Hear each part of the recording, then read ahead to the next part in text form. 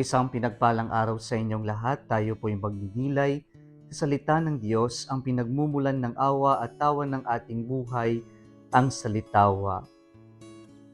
Ipinahayag ng Panginoong Hesukristo sa ating Ebanghelyo ngayon ang mga salita mula sa sulat ni Propeta Isaias nang siya po ay naimbitahan upang magbasa ng salita ng Diyos. At sabi ng kanyang binasa na salita mula sa libro ni Propeta Isaias, "The Spirit of the Lord is upon me. He has anointed me." Mga kapatid, ito pong pagpunta ni Jesus sa sinagoga ay pagkatapos po ng kanyang pagbibinyag sa River Jordan ng kanyang kamag-anak o pinsan na si Juan Bautista. At doon po sa kanyang pagbibinyag,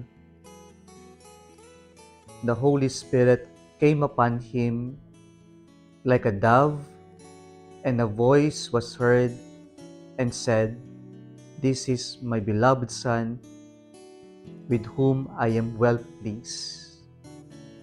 Sa pagbibinyag,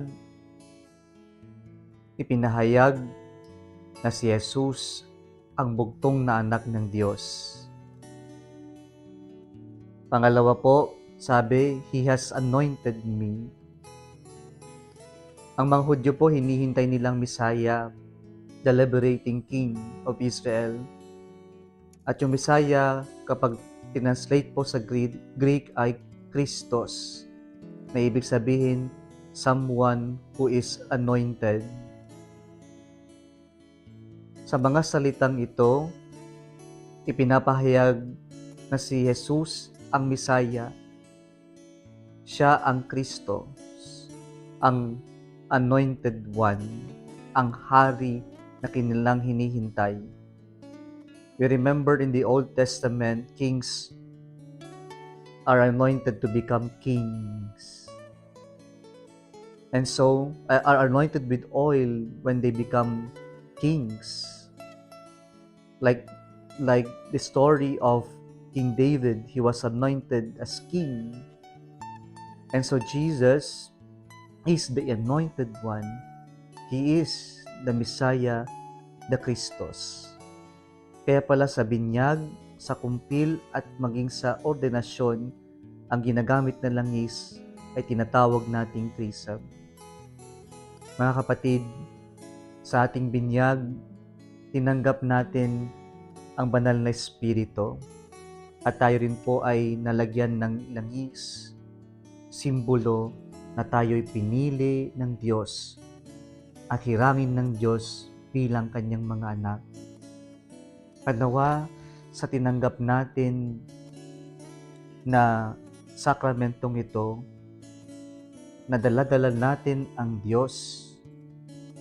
Kaya pala sa banal na misa, sinasabi ng pare, "The Lord be with you," or "The Lord is with you," and we respond to Him and with your spirit.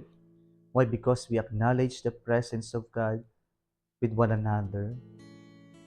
And so, we are challenged, my dear brothers and sisters, to be an instrument, to be instruments of God